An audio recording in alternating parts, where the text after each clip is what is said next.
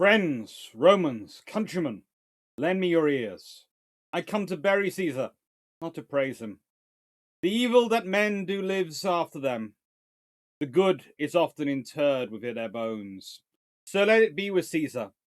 The noble Brutus have told you Caesar was ambitious. If it was so, it was a grievous fault. And grievously have Caesar answered for it. Here on the leave of Brutus and the rest, for Brutus is an honourable man. So are they all honourable men. Come I to speak in Caesar's funeral. He was my friend, faithful and just to me. But Brutus says he was ambitious, and Brutus is an honourable man. He hath brought many captives home to Rome, whose ransom did the general coffers fill. Did this in Caesar seem ambitious? When that the poor hath cried, Caesar hath wept. Ambition should be made of sterner stuff. Yet Brutus says he was ambitious, and Brutus is an honourable man. You all did see that on the Lupercal I thrice presented him a kingly crown, which he did thrice refuse. Was this ambition? Yet Brutus says he was ambitious. And sure, he is an honourable man. I speak not to disprove what Brutus spoke, but here I am to speak what I do know. You all did love him once, not without cause. What cause withholds you then to mourn for him? O judgment, thou art fled to brutish beast, and men have lost their reason. Bear with me. My heart is in the coffin there with Caesar, and I must pause till it come back to me. Now, today we are, of course, discussing a Roman battle. And I felt that, really, I should make it start with some proper oratory. Because, well, this is what we're dealing with. The Romans are a system of oratory. And this often means that people tend to try and believe that they misspeak about numbers.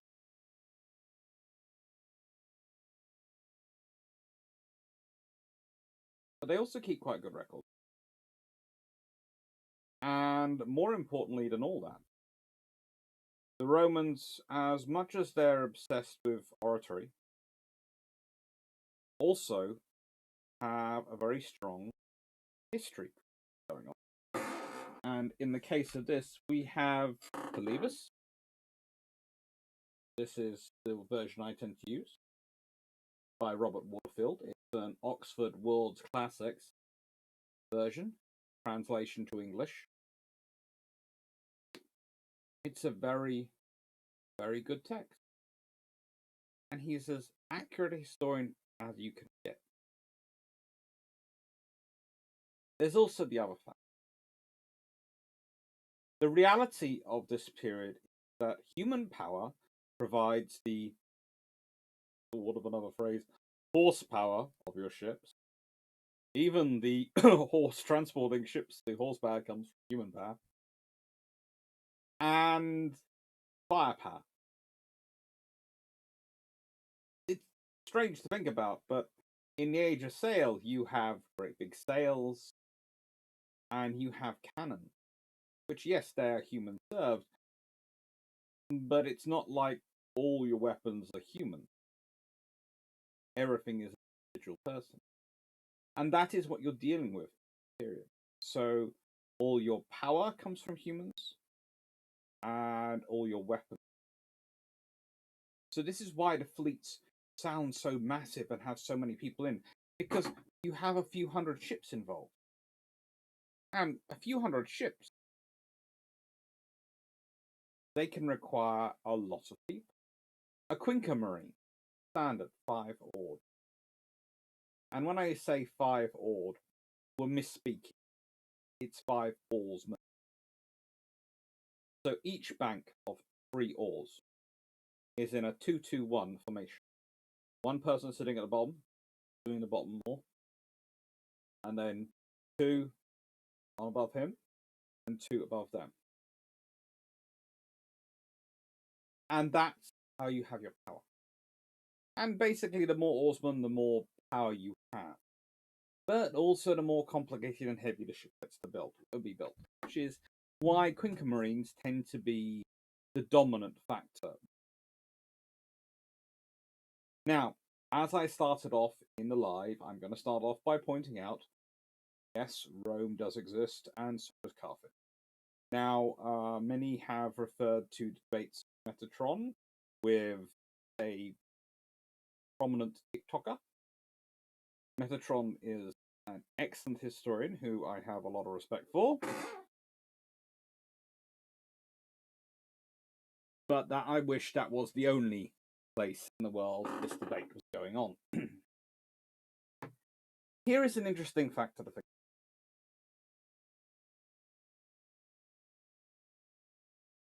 Rome was at its extent roughly 2,000 years ago. This is before that. This is roughly 2,200 years. The Egyptian pyramids at this point were, some of them, roughly 2,000 years old. So in other words, we're as far from ancient Rome as ancient Rome is from the construction of the Egyptian. It's a long, long time ago. And if the past is a foreign country, the past we're dealing with when we're discussing Rome and Carthage is entirely different planet.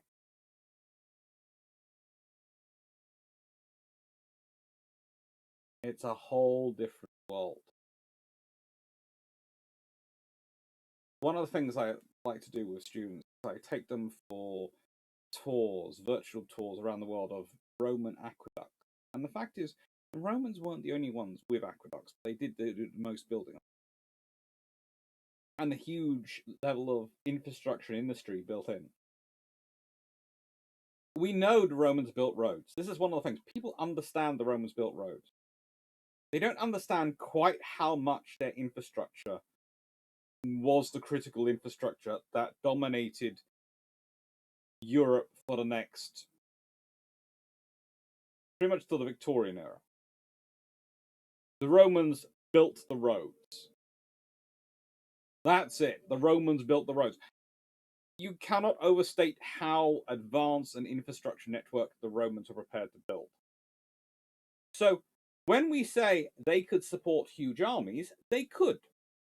They had access to the grain basket that was Egypt, as did Carthage. At one point during the war, both sides are importing grain from Egypt and other places to feed their army.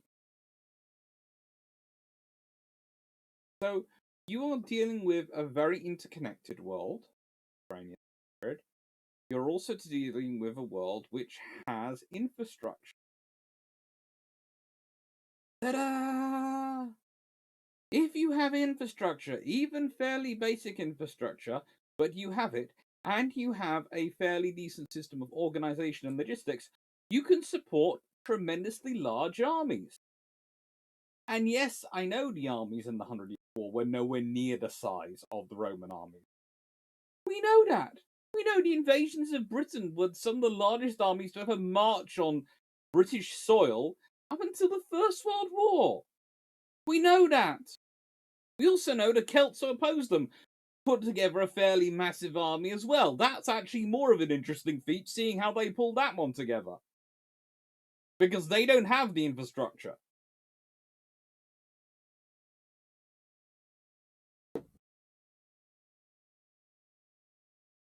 History is amazing. What happens is amazing. But don't presume that the people before us were dumb. Most of our technology to this day is built on the lessons and understandings developed in the past. Technology often goes like that development as it builds on the wider foundation. But it's also more complicated in that we might have a simple solution for how we things thanks to technology. Often, the response in the past was more human labor intensive. A lot of our technology these days, a lot of things which we take for granted, are labor saving devices. The laptop, the computer, the mobile phone, they are labor saving devices. Do they save your labor? Possibly. But more importantly, they probably save you employing someone else. We no longer have the Pony Express, which we can be sad about because the Pony Express was cool. But you don't need it because you can send a text message. Even before that, you can send a telegram. Why did you need the Pony Express if you could send a telegram? So, yes, the attributes and things we have available to us give us a humongous advantage. Make us feel far more secure. But that doesn't necessarily mean we're any smarter. It means we have more ways to express our mental capability. Now,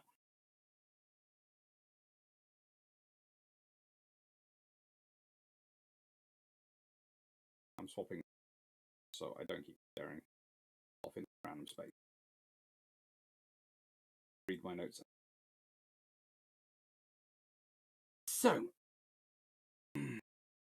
I do need the tower fixed and the two big screens so I can have it fully have the flat. That'll make it work. We'll get it. Anyway, largest battle is something that's worth debating. Before we get into that, we'll just add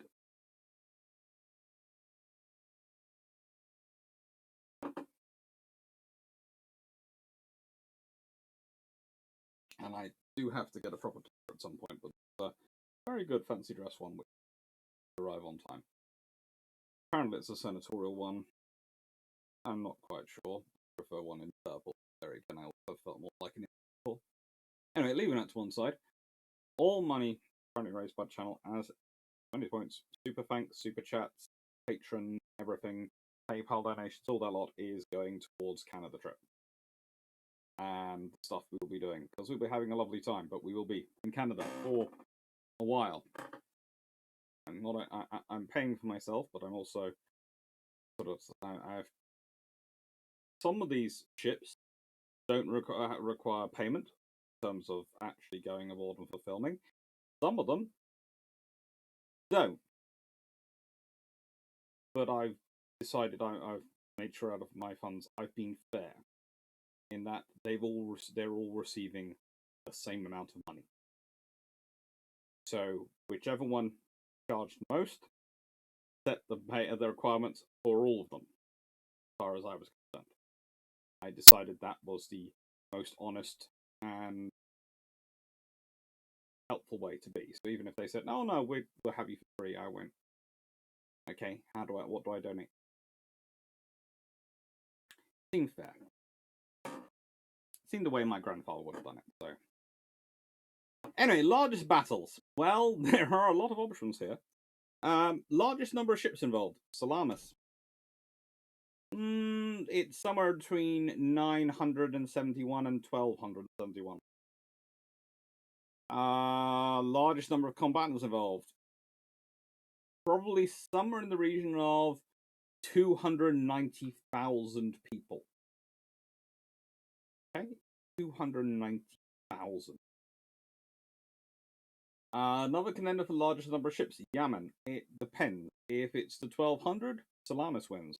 If it's the smaller number, Yemen might just edge it. Although Yemen is mostly not warships, whereas Salamis is all warships, which again, it causes all sorts of levels of debate.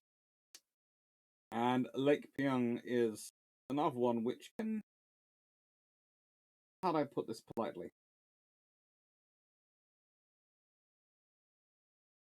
There are options and discussions about it, but it does seem to be a very interesting battle, and I'm going to do a video about it at some point because it's pretty darn cool. It's like I'm doing a video on Yemen next year, actually. But again, I don't. It's over quite a long period. If you notice, if you think that there's an entire month involved, and that for me, it makes me think. So, well, yes, it's the largest number of combatants, but it's including a lot of ground troops, and it's including a lot of people coming in over an entire, almost 6-week period. Yeah.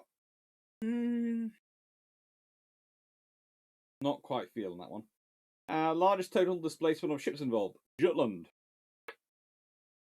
Okay. Largest aircraft carrier in a battle in history, Philippine Sea. And finally, we have largest in terms of displacement of the ships in the combined orders of battle, if not necessary in terms of displacement of ships actually engaged in fighting. Largest in terms of displacement of ships sunk. Largest area within which the component battles took place. I really love the way different this is component battles. Leyte Gulf.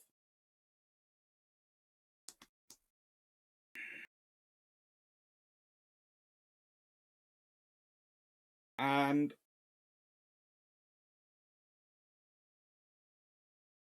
that's the problem when you get to discussing the Battle Atlantic, because the Battle Atlantic, of course, is often considered a theatre campaign, so it doesn't count as one largest battle. But once you start including Leyte Gulf, which of course is largest area within which the component battles took place, and the fact it's over a set number of days, suddenly there's the debate as to whether or not the Battle Atlantic should qualify.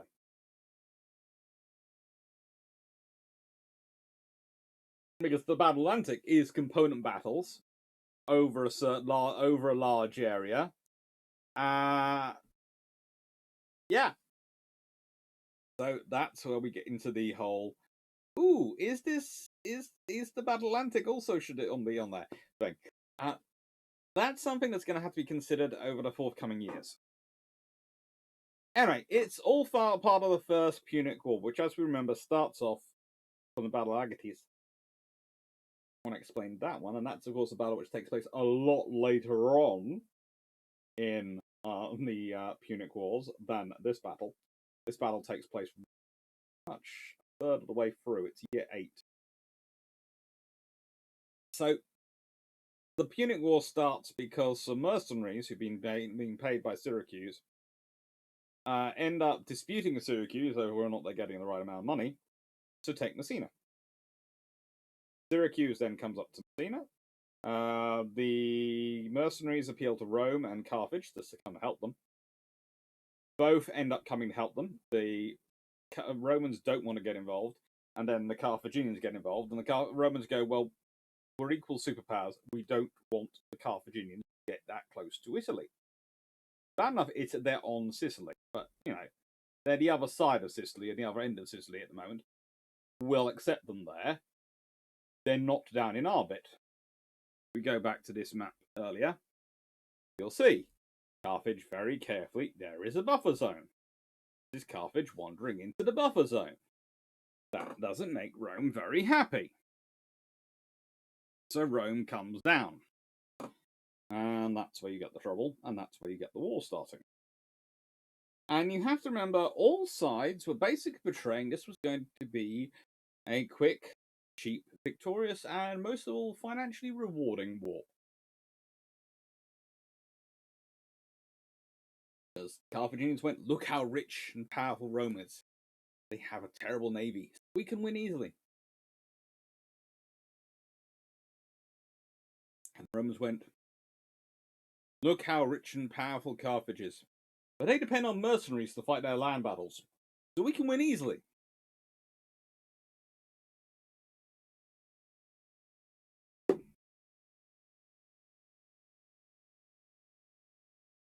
This is going to be a knockdown, gone fight, isn't it? 23 years later. So, most people, when I start talking about galley warfare, will occasionally talk to me about biremes. Usually they'll talk to me about triremes.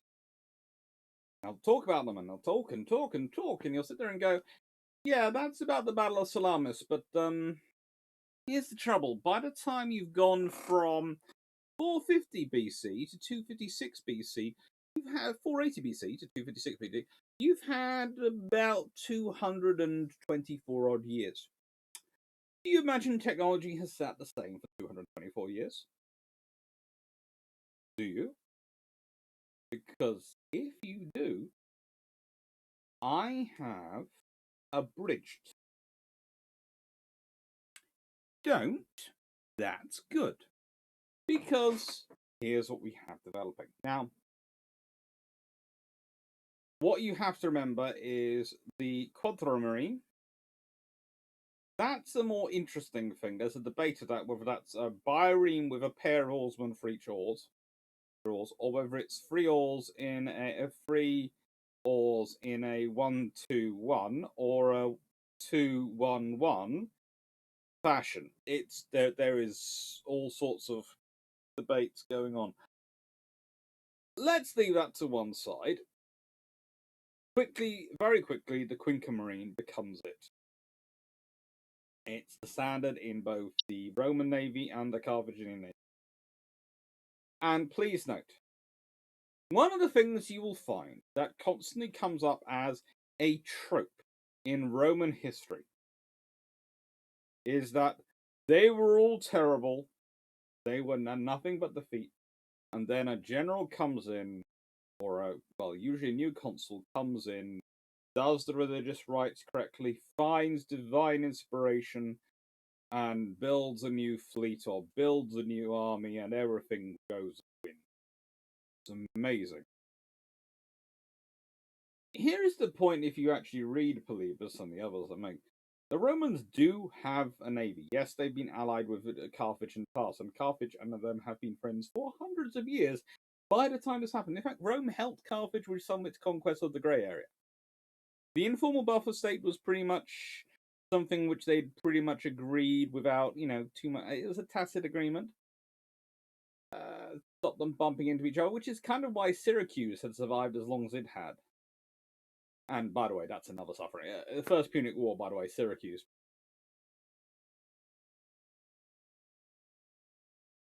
So, the Romans do have something in the region of a navy. And they do have shipbuilding experience. They do have a large merchant fleet. They're trading around. They're bringing in grain from Egypt, all sorts of things. So, the idea that they are sitting there doing nothing is wrong. There's also, in the nicest way, if you're bouncing straight into constructing a fleet, building a quinquemarine is not going to be something which is the easiest to do. And the fact is, pretty much from the get-go, they start building them. Which suggests they've already had experience of building trimarines, working their way up a bit. And they have had a bit of a fleet going on. The traditional one, of course, it's interpreted as they found several Carthaginian quinquemarines and copied them. Now, where do I hear this story often again? Well, often when we consider Napoleonic Wars, the amount of times you hear the thing, well, the French designed the better ships, and every time the British captured one, they'd examine it and learn more from it. And then they'd copy it. Really? You look at the ship which is supposedly a copy of the French ship, and you go, well, that's been anglicised because the British need to make changes because a French ship is built for speed, which is lovely, and long lines, and beautiful handling and grace. British ship is built to be sturdy in all sorts of bad weather and keep the sea in multiple sea states for a long period of time. So it tends to have a fatter hull so it can accommodate more food and supplies and all sorts of things. And it's kind of like that when you start talking about the difference between the Carthaginian quinquemarines and the Roman quinquemarines. The Carthaginian ones are built lighter. They are gorgeous. They're built of very special wood. Everything is done in a certain way, and it's all maintaining their Admiralty, and it's all built around these gorgeous rams, and everything is built. And then the Roman ones, they are built heavier, and they continue to be built heavier than their Carthaginian counterparts the entire way through the war. But the Romans are less good quick command, right? They're not quite as fast. Oh, but by the way, every time they get rammed by the Carthaginian ones, they tend to stand up slightly better than their Carthaginian counterparts, which has an effect in the fight. So they're not quite as maneuverable, not quite as fast, but they're a lot stronger. Again, who does this remind me of when I'm talking about it?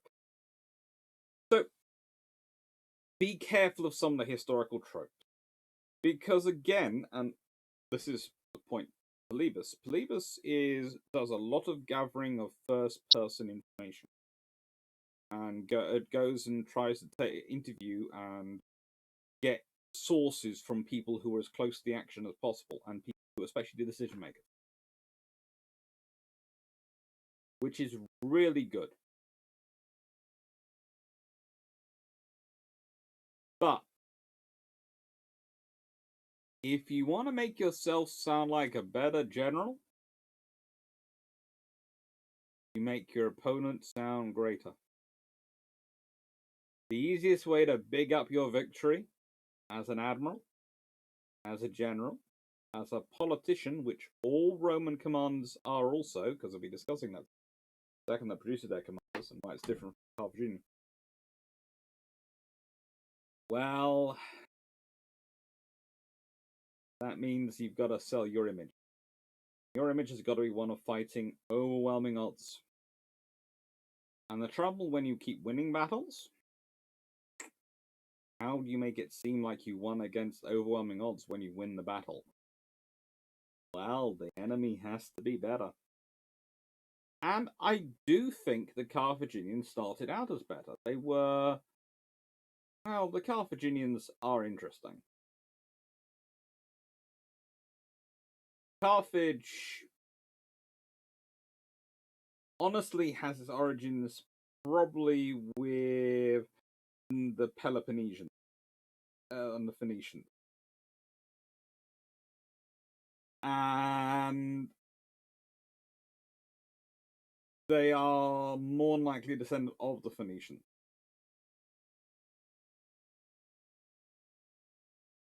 Which were a sort of Mediterranean superpower themselves, the Phoenicians. And a naval power. And the Carthaginians are obsessed with being a navy. But, and I say this with the best will in the world, I don't think they really studied being. I think they got very comfortable. They were founded somewhere in the regions of 814 BC. I.e., about 2,836 years ago, give or take. They would cease to exist in 146 BC, when after the next Punic War, after this one, the Romans would crush them.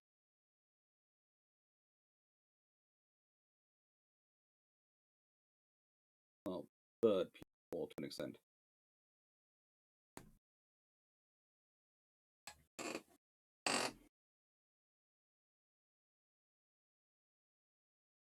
The Romans also had this side. The Romans realized their strength wasn't their maneuverability of their ships, but it was the strength of their ships, and it was their soldiers. And so they had the corvus, or raven. I think I forgot to mention 5. But basically, this roughly 1.2 meter wide, so you could get sort of naval version of a testudo across if you needed to rush aboard. Boarding ramp comes down, nice spike in the end, beak like a shaped spike, which would hold into the enemy ship and allow your troops to charge across. It does disappear at certain points once the Romans find better ways of ships and once they get more confident about the sea about their maritime capabilities. But for many years, it's a critical asset and critically useful.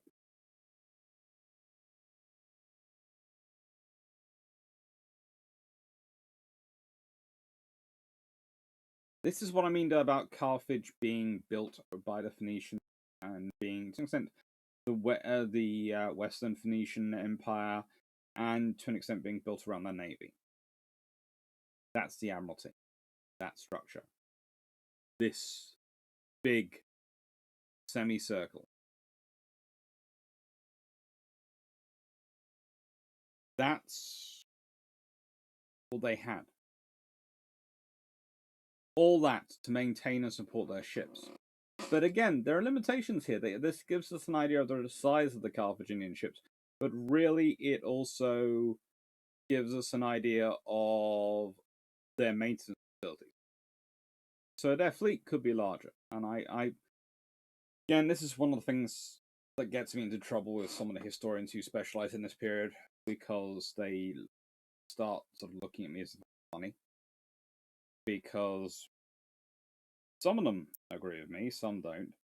And I can understand why, because they are specialist historians in their period, whereas naval historians tend to be naval historians. I know some very good. We tend to have areas of focus, but we do tend to cover a lot and wander around. And one of the things I look at when I'm looking at the infrastructure, etc., Carthage has, is I don't consider that the full size of their navy. I presume that's there to maintain the fleet. And therefore, the odds are, especially with the Carthaginians, who are as maritime an empire as they are, even for all this period, they're never going to have the full amount of their fleet laid up.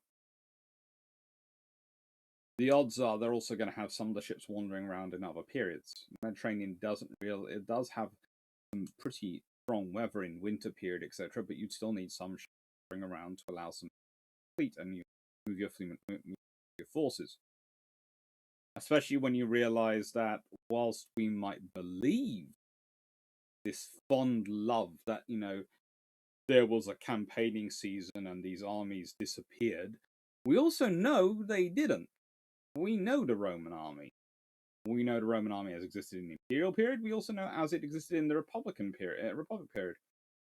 It's not an organization which disappears completely at any point. And same with the Carthaginian army and the Carthaginian navy.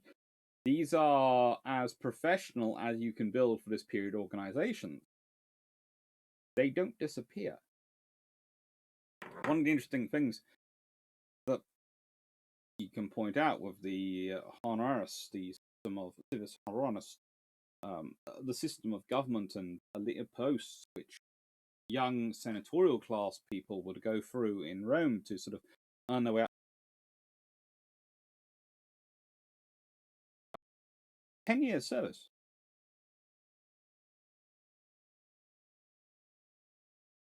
That suggests your legion is going to be at least around for 10 years when you join it.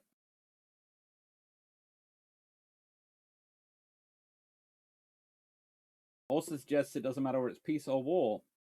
Wartime, it's going to be standing there. And this is Rome. Rome is a nation which gets sacked many times. They are a nation which lives in fear. And they are able to, because of the way they're structured, to bring about a level of total war which will not be seen for many centuries after they cease to exist. And it is when Rome ceases to be able to wage total war that Rome actually gets into trouble. The thing is, Rome maintains the infrastructure which allows it to bring total war to bear where it needs to on its borders. But also Rome maintains the economy and the structure of government which allows it to implement total war. That is why Rome is able to win. They're able to put the infrastructure, logistics, and physical bodies behind what they want to do when they want to do it. Carthage, it's more complicated.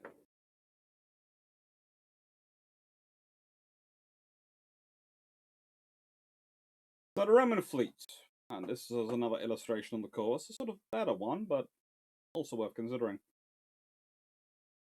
The Roman fleet is built around one thing, and one thing only: waging war. The Roman fleet is expanded many, many times over. One of the figures put forward is that the Romans will build 1,000 ships over this period of war. I think that's an understatement. Especially as some of the ships were probably constructed from not the best wood. It takes time to build up a proper wood program.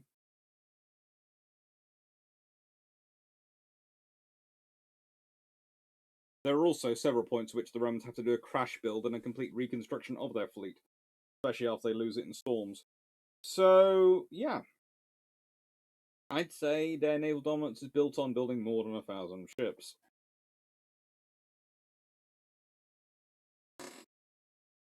The Carthaginian fleet, well, we know they had certain vessels. Trier, and there are larger holds, which were for a set of ships which were 7 meters wide. So we're fairly certain both sides has a mixture. The Trier is a version of a quinquemarine in terms of the Carthaginian construction of naming. The point you get, though, is that they had larger ships as well. And larger ships, well, in this period, we know the Romans had some hexamarines and possibly even octares in battle. We know they did, because there are discussions of it. We also know that by the time of Actium, we have the big battle between Mark Antony and Agrippa fighting on behalf of Augustus.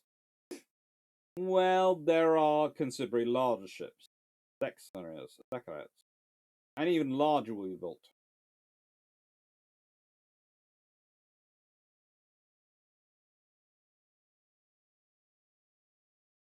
The point is,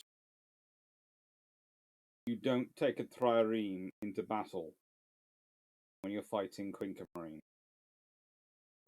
They will mess it up. It won't have the acceleration, it won't have the power, and they will.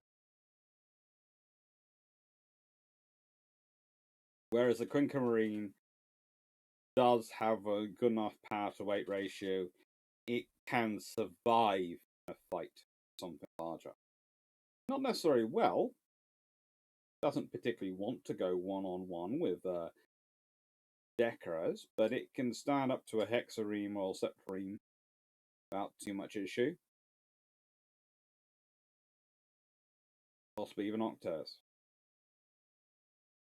And that's the point. That's why you have it. It's the smallest ship you can build that can stand up to the largest you can build. It's the third rate of its era. Whenever we're talking about the Age of Sail, everyone starts talking about the big first rates and the ones which had the most guns. And you look at them, most of them sitting there in the 70-gun category. Roughly the 74.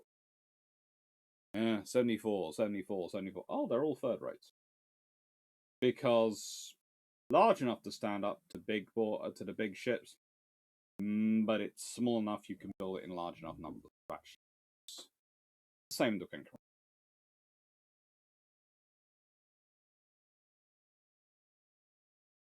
So here's the leadership structure. And the leadership structure is interesting. So, members of the patrician, or senatorial class, and then there's the members of the equites, or plebeian senatorial family. You could start off as military shirun, and then you could go to, you have to do a 6 per active legion, you had to have done 10 years service. You had to be at least 20 years old. So, you could then, when you were 30, go for Quaestor. Theoretically, you could, at 27, go for Tribune of the Plebs, but you had to still complete your time as a military tribune if you wanted to actually make it to Praetor. Then there is the Curule Edile and the Plebeian Edile, who take care of city property, visions, and games. And, of course, the Quaestor, as said, well, Treasury of Rome or a province, and also Legion finances they're in charge of.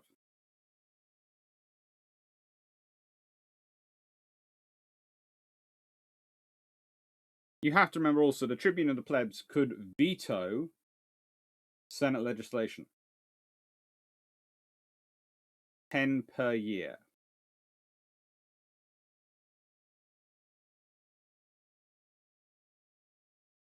Then you had, above that, the Praetor. Now, there are many routes to Praetor, but you have to have done Praetor and have been a Chief Justice and or lower ranked general, and had to be at least 39 to have that role, or be able to do that role, if you wanted any chance of becoming consul. And usually you had to have been a Praetor and a Pro-Praetor.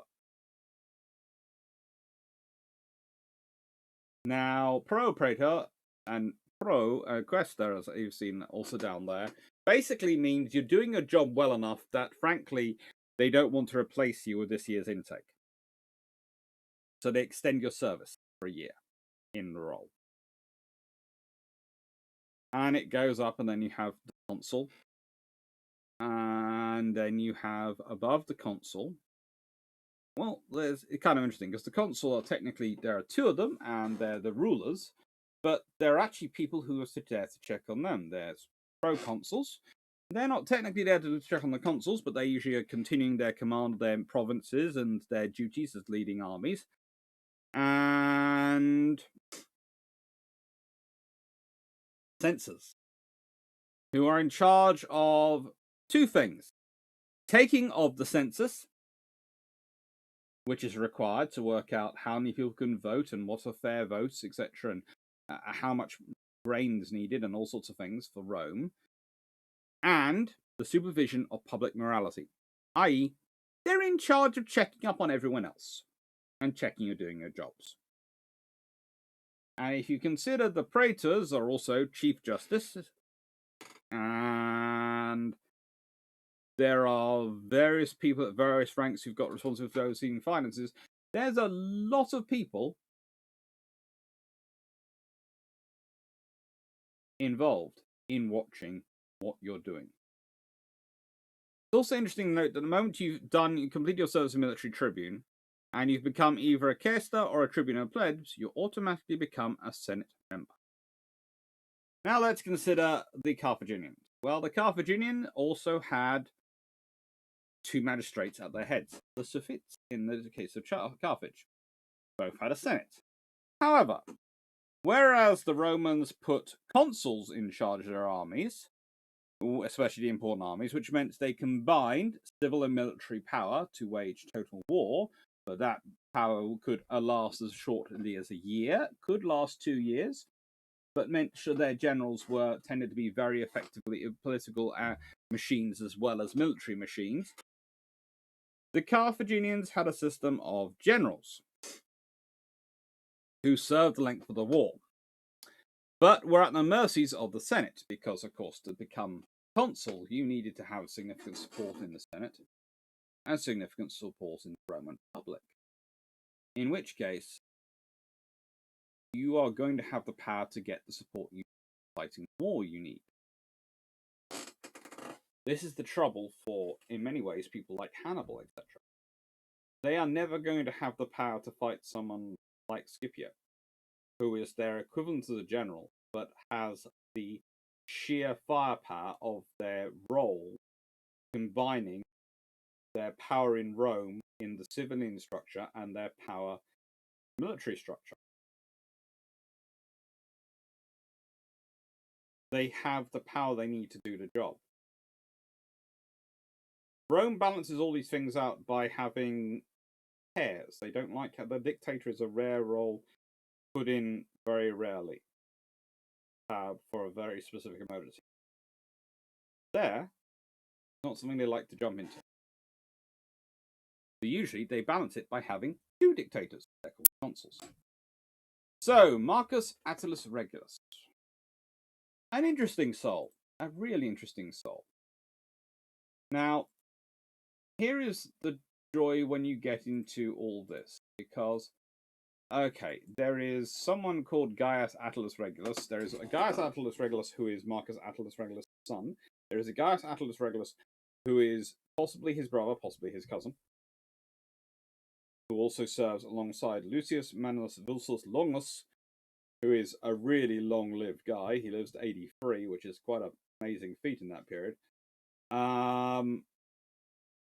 In his second consul, and his first-time consul is with Marcus Attalus Regulus, who will die in Rome. No, he'll die in Carthage. When he does die, it's rumored that he was tortured to death by the Carthaginians, because when he was sent to the Roman Senate to negotiate peace, and instead urges the Senate to refuse to proposals, and to maintain his honor, returns to Carthage, despite having argued against their peace treaty. Interesting that Polybius doesn't mention it. It's Livy who claims he was tortured to death. It's also quite possible, according to some historians, that, well, his wife, Marcia, decided to take revenge for her husband's death and torture several Carthaginian prisoners of equivalent rank to death.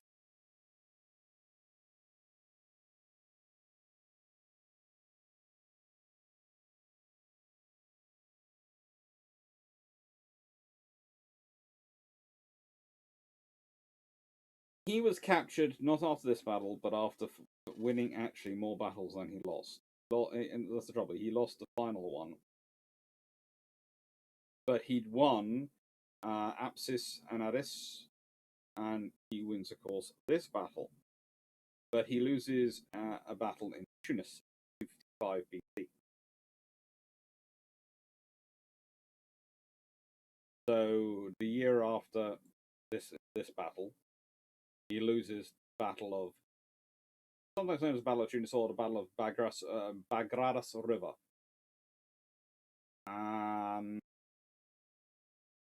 Yeah, it's a tough battle. It's really a hard fight. And again, it's the elephants cause the trouble for the Romans.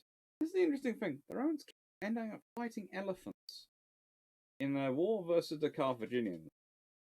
And you'd think they'd have learned by 8 years into the war, they'd have got better at working out how to deal with them. It ends up being the Second Punic War where the Romans get really good at dealing with elephants. By the Third Punic War, they're just ignoring them completely.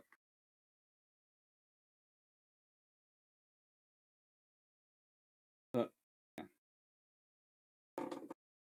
If anyone would like me to do some of the Roman Carthaginian land battles video, I will do that. But it's sort of not my normal area. But I have true personal interest enough that I wouldn't object to doing a video. But it's the Carthaginian generals. Well, we have Hamilcar, not Hamilcar Barca, thankfully, because otherwise Hanno II would have spent the entire time fighting. Had won the Battle of Thermae in 259 BC against Roman allies, killed a lot of them, lost the Battle of Tyrannus in 227 BC, and would eventually be defeated by Marcus Attalus Regulus at the Battle of Addis, 5 BC, at which point he disappears. Hanno II, well, he's sort of a Carthaginian Pompey, but less successful. Terrible, really, to be less successful than Pompey, but he's a Carthaginian version. And If he's the Carthaginian version of Pompey, then Hamilcar Barca, I suppose, could be the Carthaginian version of Caesar, but less successful. Opposed Hamilcar Barca at every turn. Really did it. And I did use every term there because every time Hamilcar Barca starts on a new job or a new role in the Carthaginian government, Hanno II is there to sort of say, no, I don't like you, you're an idiot. Preferred conquering Africa rather than waging naval war against Rome because he has lots of territories in Africa and Spain, and those tend to be rich, whereas naval war versus Rome is problematic. So much so, he's actually a critical person who decides to demobilize navy in 244 BC, which of course means that the Romans get a period of a break period to rebuild after losses sustained in a certain storm and a few other things, and they get to come back, and of course the Romans win in 241 BC and the war's over. Clue for future governments: don't demobilize your navy in a war. The book blurb. Now this is interesting. That's something I am going to critique, and it's more to do with the blurb than Polybus. Polybus' ambitious goal was to describe how Rome conquered the Mediterranean world in less than 53 years. This great study of imperialism takes the reader back to Rome's first encounter with Carthage in 264. It wasn't Rome's first encounter with Carthage. Rome had been allied with Carthage at several points in their history. They had known each other for probably about 200 plus years at this point. It was not Rome's first encounter with Carthage. It was the first time they'd fought with Carthage. Up until that point, they'd usually been friends. And that's the point Polybus himself makes, but the blurb gets wrong. Polybus himself, a leading Greek politician at the time, emphasized the importance of practical experience for the writing of political history, as well as the critical assessment of all the evidence. He attributes Rome's success to the greatness of its constitution and the character of its people, but also allows fortune a role in designing the shape of world events. It basically teaches you that life, luck, happens. So here's the battle. Now what's going on? What are the Romans doing? The Romans are trying to get a fleet, and I do say a fleet, Carthage. Now, if I open up the correct page,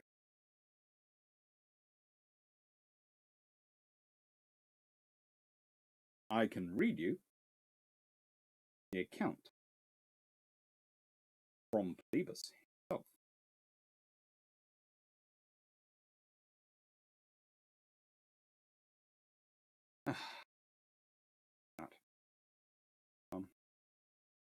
So, I'm going to go through, and hopefully it changes as I get along.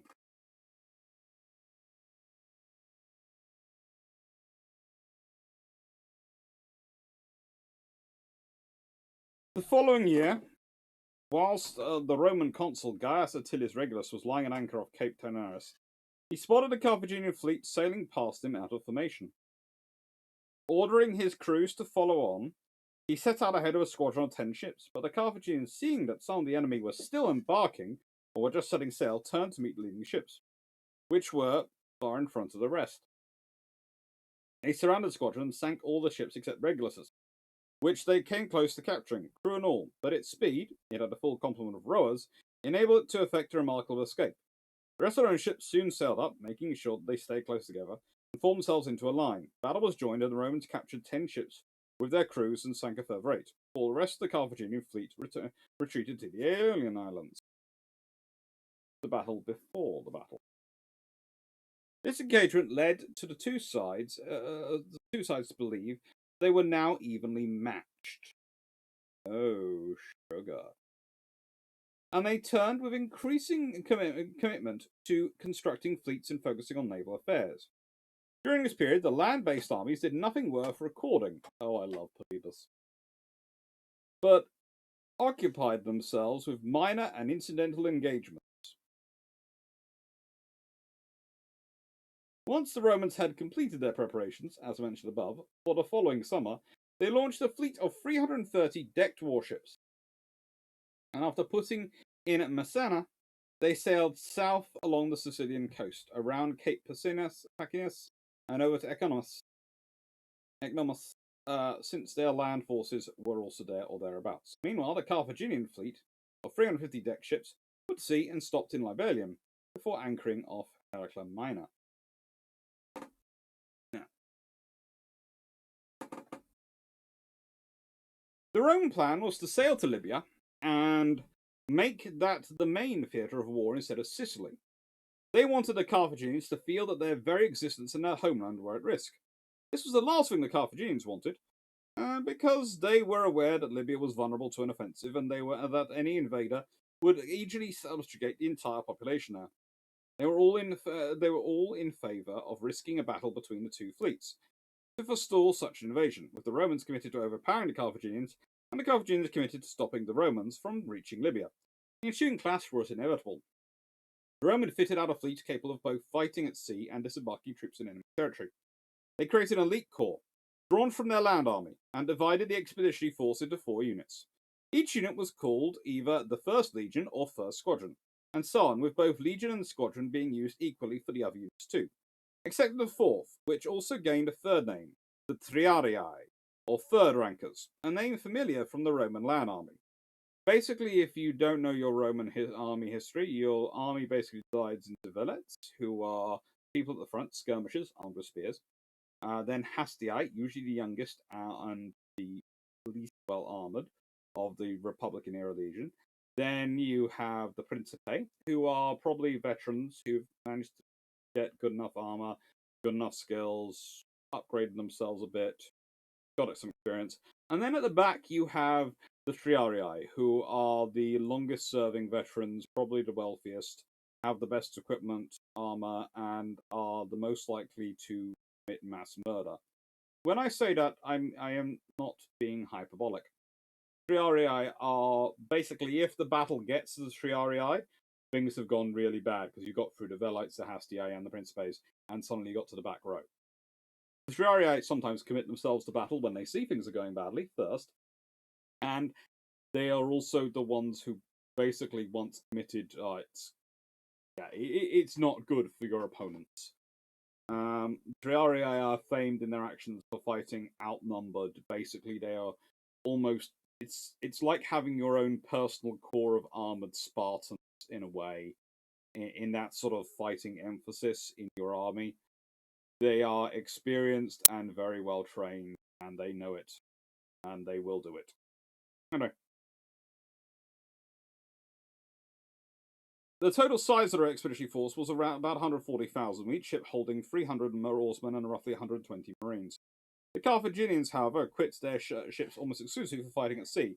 To judge by the number of ships, their troops must have numbered more than 150,000. It must have been amazing to have witnessed it all in person, but it is hardly less astonishing even for someone who only reads about it and judges the magnitude of risk to either side. The scale of armaments and resources are just the number of men and ships. Bearing in mind that they had to cross the open sea and that the enemy ships were faster than theirs, the Romans racked their brains to come up with a formation that would make it be safe and hard to attack.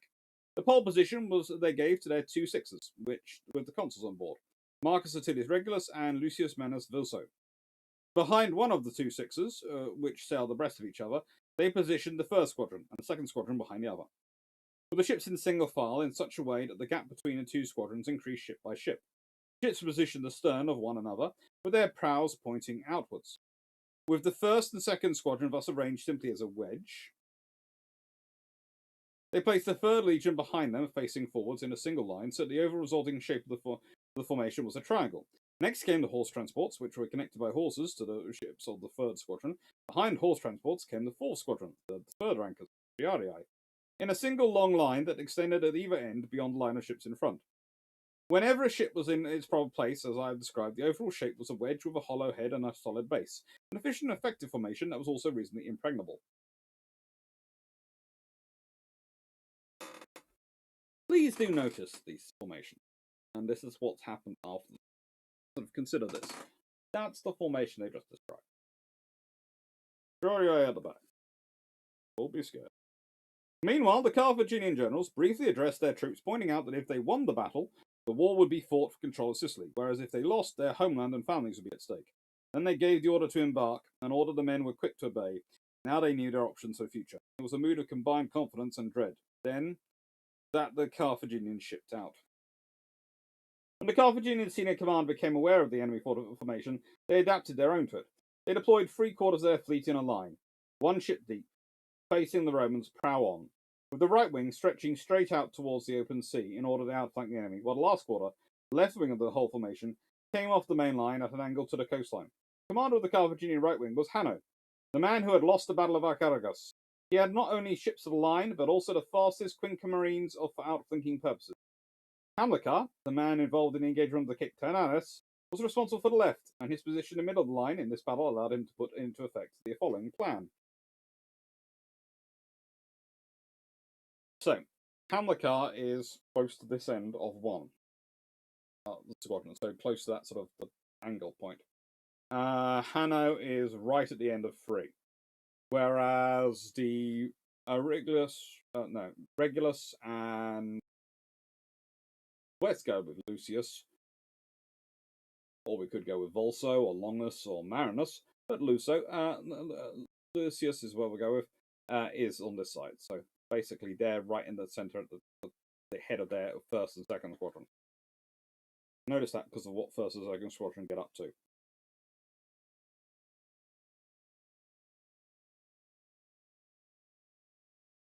Seeing that Carthaginians had sacrificed strength for length, was the centre of the enemy line that the Romans targeted as the opening move of the battle. But on Hamilcar's orders, the centrally placed Carthaginian ships promptly gave way.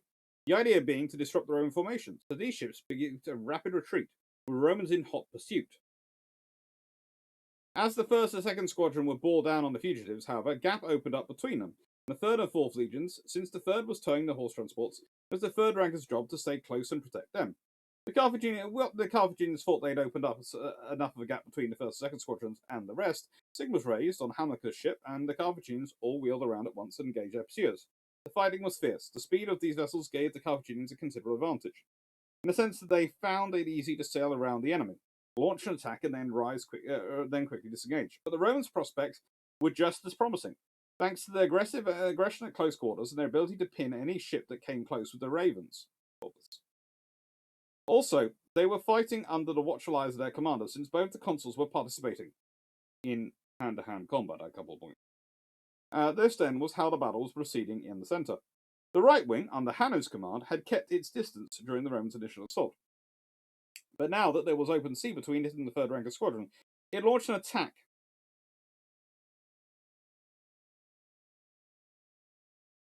that hit the third rankers hard and had them in disarray.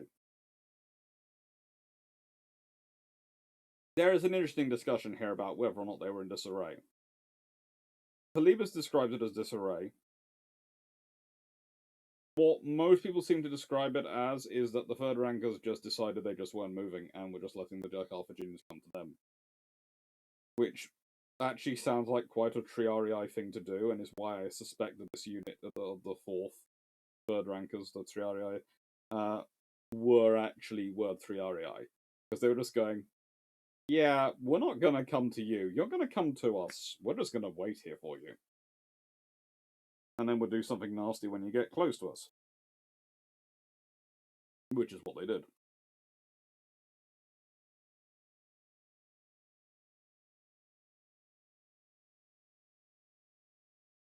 The engagement as a whole, then, consisted of 3 parts, with 3 separate battles going on, some distance from one another.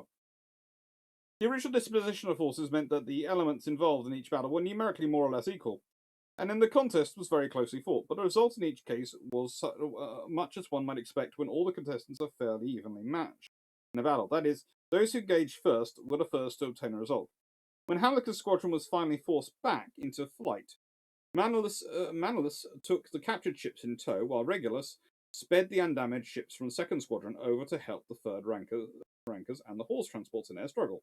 Third rankers had been a hard time of it, but when Regulus made contact with Hanno's ships and engaged them, they took up the fight with renewed energy.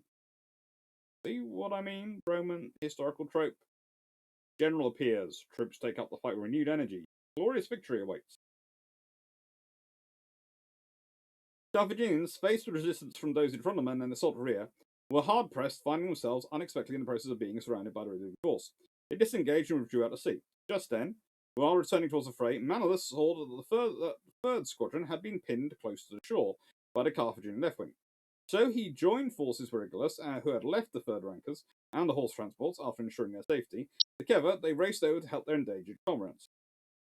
Now, yeah, Polybius points out the danger is acute, but here is the point I would like to make. Somehow, 3rd Squadron and 4th Squadron, 4th Squadron barely moves, and this is a fairly accurate description of it, but look at 3rd Squadron. The Carthaginian 1st Squadron was inshore of them.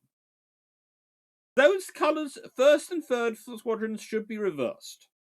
The Roman 3rd should not have managed to get to the shore with that to their back, but they have. So they've got a very strong defensive position for this period in the Quinquereme, in sort of the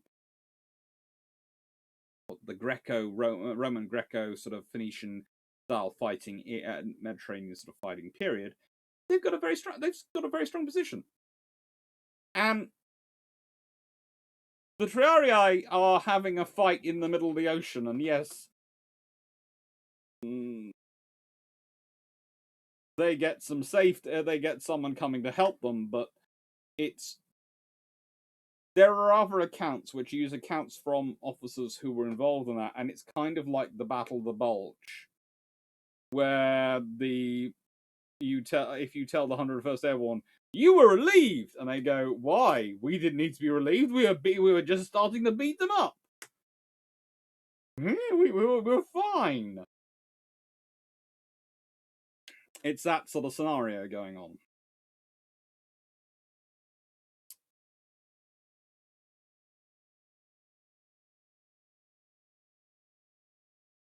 And the danger was acute. The situation that they were in resembled nothing so much as a siege, and there can be no doubt that this squadron, at any rate, would have been wiped out if fear of the Ravens had not stopped the Carthaginians from attacking. This is referring to 3rd Squadron. And induced them instead to pen the Romans up and contain them close to shore, while holding back from ramming in case they got entangled. The whole capability of the Carthaginians in sinking ships is ramming. If they're holding back from ramming, they've lost. I'm sorry, they have. But then the consuls arrived, surrounded the Carthaginians, and captured 50 enemy ships, crews and all, although a few managed to slip away and escape. By the way, one of the interesting facts, if we look at some of the archaeology that comes from it, etc., most of the Carthaginian ships we found, which were actually sunk, seem to be sunk in that battle and that battle. The battle between 1st and 2nd Roman squadrons and the 2nd Carthaginian squadron, less.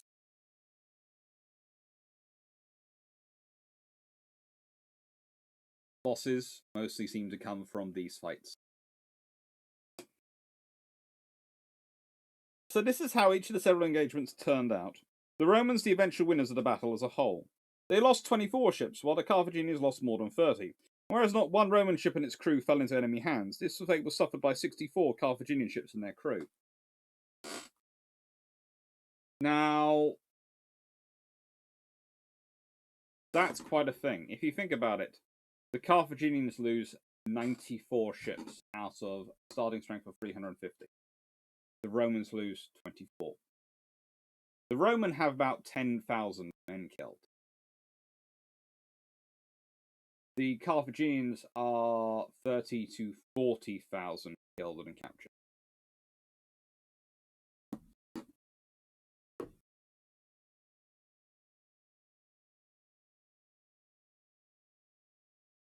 And some terrible inaccurate paintings are the consequences of this wonderful battle.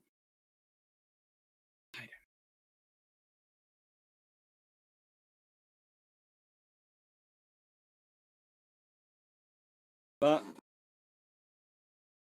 the Roman fleet then go to shore, they repair, and they make it to North Africa.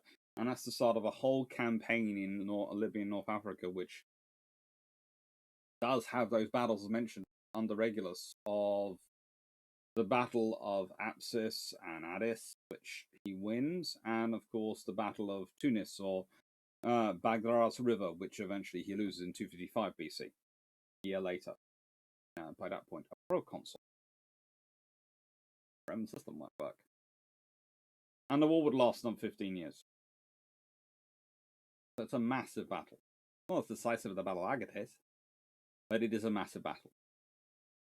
And what it really is for the Romans is the first idea that they can do massive battles. They've sort of been edging towards them. But this is the first time they've really done it, and they've really been quite innovative with the tactics. That's the other point I'd like to point out. Look at this formation. Which is the side that's thinking? You can say, yes, Carthaginians, they formed a line. And yes, they've got the tactics of drawing the head away and then coming in from the sides.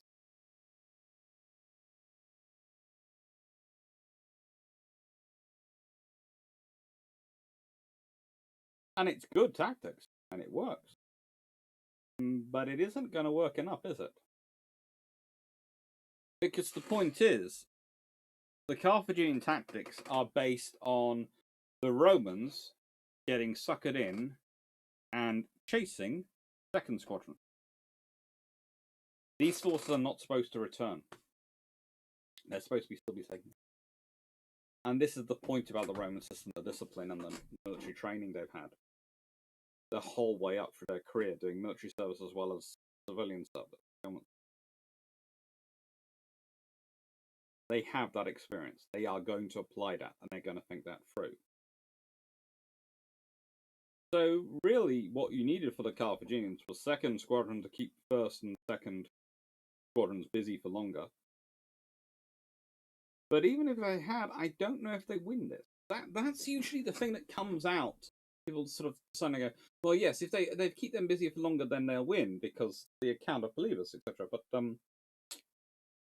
you look at the archaeology,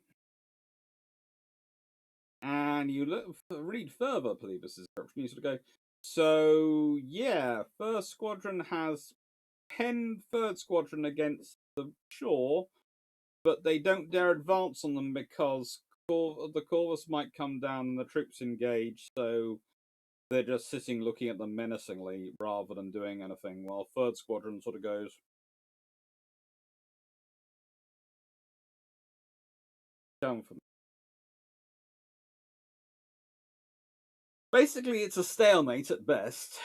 It's a loss at worst for the Carthaginians before even first squadron comes along, let alone second as well. And there is an actual solid debate as to whether or not second squadron makes it in time to back up fourth against third. Whether the II make it in time for IV, or IV hasn't ground third down to a point they're running away. There is an honestly good, some good and interesting accounts still that you can get, which talk about that sort of edge of the battle. Mostly these are accounts drawn together from other people's sources, other historians, but also from some of the dictations on things like gravestones and monuments. So we're not 100% sure. We never are. Again, though, I would point out, this is taking place in 256 or BCE. You can call it before Christ, before Common Era, whatever you want to call it. It's taking place 2,278 years ago. The fact we know about as much of it as we do is just amazing. Anyway, what do we have coming up? Right then. Next week we don't have the Admiral Murgascu. I know because I've put it together and the PowerPoint is on Romania's only ever cruiser. We also have the Galaxy class coming up, and then we have all sorts of other things coming up, and it's going to be fun. It is going to be kind of fun. We also have the Bercia class, and then we have the Admiral Spawns and Navarina, and all those lovely ships. At this point, I've got to actually arrange a video for the 1st of June, I think, because otherwise I'm going to be cruel. Let's see. There's an introduction to U.S. cruiser strategy in 1920s and 30s, which I think I've already put the PowerPoint together, so I'll be recording that soon. I'll record that tomorrow. Anyway, thank you very much, everyone, for watching. I hope you enjoyed, and take care. Thank you again for your support, and have a nice day.